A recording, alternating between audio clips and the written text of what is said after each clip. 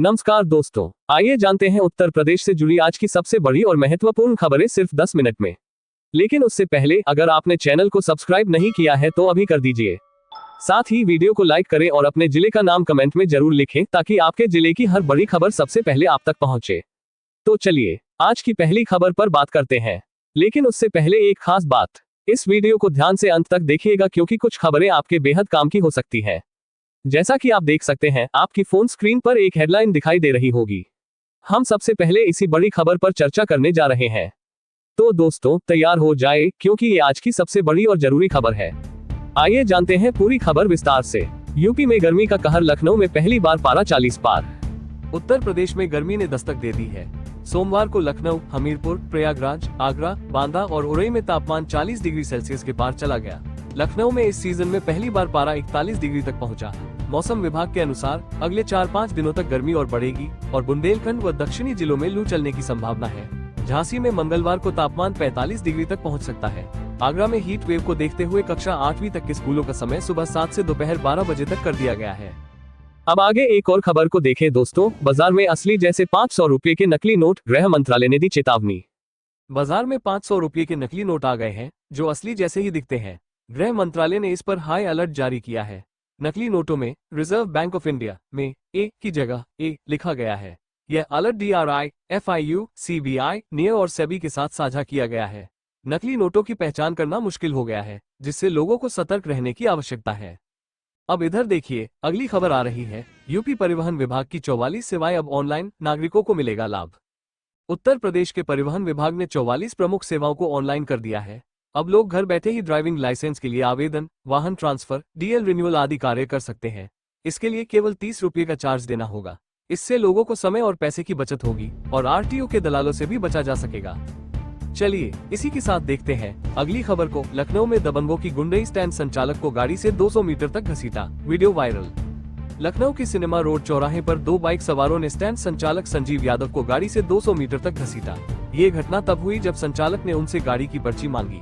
दबंगों ने पर्ची नहीं दी और गाड़ी लेकर भागने लगे। संचालक ने जब उन्हें रोकने की कोशिश की तो उन्होंने उसे घसीटते हुए ले गए। इस घटना का वीडियो सोशल मीडिया पर वायरल हो रहा है।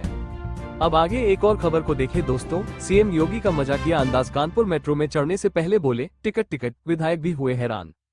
प्रधानमंत्री नरेंद्र मोदी के 24 अप्रैल को कानपुर दौरे से पहले मुख्यमंत्री योगी आदित्यनाथ ने तैयारियों का जायजा लिया। नयागंज मेट्रो स्टेशन पर CM योगी ने मेट्रो में चढ़ते समय विधायकों से मजाकिया अंदाज में कहा टिकट टिकट। इस पर विधायकों ने जवाब दिया कि हम अपने नेता के साथ हैं। CM योगी के इस अंदाज से माहौल खुशनुमा हो गया। चलिए इसी के साथ देखते हैं अगली खबर को। समाजवादी पार्टी प्रमुख अखिलेश यादव के ठाकुरवाद वाले बयान पर उत्तर प्रदेश के पुलिस महानिदेशक प्रशांत कुमार ने दिया करारा जवाब। उन्होंने कहा कि पुलिस विभाग में जातिगत तैनाती के आरोप पूरी तरह झूठ और भ्रामक हैं। DGP ने स्पष्ट किया कि सभी जिलों में तैनाती पूरी तरह तय मानकों के अनुसार की गई है। लखनऊ से दिए गए बयान में उन्होंने सोशल मीडिया पर फैली जा रही अफवाहों को सिरे से खारिज किया। DGP ने दोहराया कि यदि भविष्य में कोई भ्रामक जानकारी फैलाई गई तो उसका तुरंत खंडन किया जाएगा। आगरा पुलिस ने भी आंकड़े जारी कर बताया कि उनके यहां OBC और SC वर्ग के पुलिसकर्मियों की संख्या मानक से अधिक है। मैनपुरी पुलिस ने भी यही दावा कर बताया कि जातीय संतुलन पूरी तरह बना हुआ है। अब आगे एक और खबर को देखें दोस्तों। यमुना एक्सप्रेसवे के किनारे शानदार आवासीय योजना लेकर आई योगी सरकार। 200 वर्ग मीटर के कुल 276 भूखंड होंगे आवंटित। ये स्कीम सेक्टर 18 के पॉकेट 9B में लागू होगी, जिसमें किसान और औद्योगिक इकाइयों के लिए आरक्षण भी है। किसानों के लिए 47 प्लॉट आरक्षित किए गए हैं जिनकी जमीन अधिग्रहित की गई थी। वहीं औद्योगिक यूनिट कैटेगरी के लिए 14 भूखंड आरक्षित होंगे। बाकी 214 भूखंड सामान्य वर्ग के लिए रखे गए हैं। आवेदन की प्रक्रिया शुरू हो चुकी है और 21 मई तक येडा की वेबसाइट पर आवेदन किए जा सकते हैं। पंजीकरण शुल्क अनुसूचित जाति के लिए 3.5 लाख और सामान्य वर्ग के लिए 7 लाख रुपए तय हुआ है। अब इधर देखिए अगली खबर आ रही है। नोएडा के सेक्टर 46 में गेस्ट हाउस में भीषण हादसा। बड़ी ब्लास्ट से फैली आग ने मचाई अफरा तफरी। घटना रविवार तड़के लगभग 4:30 पर हुई, जब लोग नींद में थे। आग की लपटें उठते ही 6 से ज्यादा लोग जान बचाने के लिए छत पर चढ़ गए। सूचना पर दमकल विभाग की 4 गाड़ियां और हाइड्रोलिक सिस्टम मौके पर पहुंचे। फायर टीम ने 20 मिनट की कड़ी मशक्कत के बाद आग पर काबू पाया। CFO प्रदीप कुमार चौबे ने बताया कि आग दूसरे फ्लोर के एक कमरे में लगी थी। राहत की बात यह रही कि सभी लोग सुरक्षित बचा लिए गए, लेकिन कमरा पूरी तरह जल गया। चलिए इसी के साथ देखते हैं अगली खबर को। आगरा के कॉलोरा कला गांव की 10 वर्षीय अंशिका की हिम्मत ने प्रशासन को झुकने पर मजबूर कर दिया। अंशिका और उनके पिता बंटी सिकरवार ने गांव में स्थित शराब की दुकान को हटाने की मांग को लेकर 1 अप्रैल से धरना शुरू किया। शांतिपूर्ण विरोध के बाद अधिकारियों ने गांव का दौरा किया और स्थानीय लोगों से राय ली।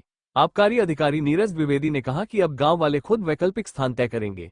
जब तक नया स्थान तय नहीं होता, दुकान वहीं चलती रहेगी। जैसे ही नया स्थान मिलेगा, तुरंत दुकान को वहां स्थानांतरित कर दिया जाएगा। अंशिका के जज्बे को पूरे गांव ने सलाम किया। अब आगे एक और खबर को देखें दोस्तों। 1 मई से एटीएम से नकद निकालना होगा महंगा, आरबीआई की नई घोषणा से बढ़ेगा चार्ज। अब तक प्रति ट्रांजैक्शन 21 रुपये शुल्क लिया जाता था, जिसे बढ़ाकर 23 रुपये कर दिया गया है। यानी ग्राहकों को हर निकासी पर अब 2 रुपये ज्यादा देने होंगे। मेट्रो शहरों में अभी भी 3 ट्रांजैक्शन मुफ्त मिलेंगे, लेकिन उसके बाद नया चार्ज लागू होगा।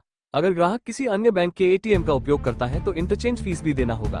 बैंक ये शुल्क अपने ग्राहक से वसूलेगा जो एक्स बैंक के खातेधारक हैं। ये बदलाव 1 मई से पूरे देश में लागू होगा।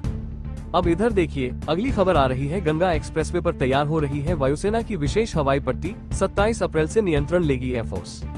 जलालाबाद के पास बनी 5 किलोमीटर लंबी इस पट्टी पर 2 और 3 मई को लड़ाकू विमानों की लैंडिंग का अभ्यास होगा। बरेली से आए कमांडिंग ऑफिसर एम गंगोला ने पूरे क्षेत्र का निरीक्षण कर निर्माण कार्य की प्रगति की समीक्षा की। हवाई पट्टी की चौड़ाई 36 मीटर है और दोनों ओर 10-10 फुट जमीन अधिग्रहित की गई है। एसडीएम दुर्गेश यादव ने बताया कि 26 अप्रैल तक सभी कार्य पूरे हो जाएंगे। 2 मई की रात और 3 मई को दिन में विमान उतरने का पूर्वाभ्यास होगा। रनवे पर विमानों को दौड़ाने और ईंधन भरने की प्रक्रिया भी परखी जाएगी। चलिए इसी के साथ देखते हैं अगली खबर को। उत्तर प्रदेश में लगने जा रहे हैं 2 बड़े औद्योगिक संयंत्र। रोजगार के हजारों अवसर लेकर आ रही हैं कंपनियां। त्रिवेणी आलमारी प्राइवेट लिमिटेड ने 40 एकड़ भूमि पर 250 करोड़ रुपए के निवेश से अत्याधुनिक संयंत्र स्थापित करने की योजना बनाई है। इससे 1000 प्रत्यक्ष और 6000 अप्रत्यक्ष रोजगार उत्पन्न होंगे। वहीं Singhania cement private limited 200 crore के निवेश से 25 एकड़ में सीमेंट ग्राइंडिंग यूनिट लगाएगी। इस परियोजना से 300 प्रत्यक्ष और 2000 अप्रत्यक्ष रोजगार मिलेंगे। इसके अलावा आरके हैंडलूम कंपनी ने 30,000 स्क्वायर मीटर भूमि की मांग की है, जिससे 300 से ज्यादा लोगों को नया रोजगार मिलेगा। अब आगे एक और खबर को देखें दोस्तों। मुख्यमंत्री योगी आदित्यनाथ की मजबूत कानून व्यवस्था और ईज ऑफ डूइंग बिजनेस के चलते उत्तर प्रदेश बना देश की बड़ी कंपनियों की पहली पसंद। राम सनेही घाट औद्योगिक क्षेत्र में नामी कंपनियों ने दिखाई गहरी रुचि और निवेश की इच्छा जताई। टेक्निकल शिक्षा प्राप्त युवाओं के लिए यह वर्ष बन सकता है सुनहरा अवसर। मुख्यमंत्री योगी के नेतृत्व में प्रदेश में बेहतर माहौल और सुरक्षा को लेकर निवेशक हो रहे हैं आश्वस्त।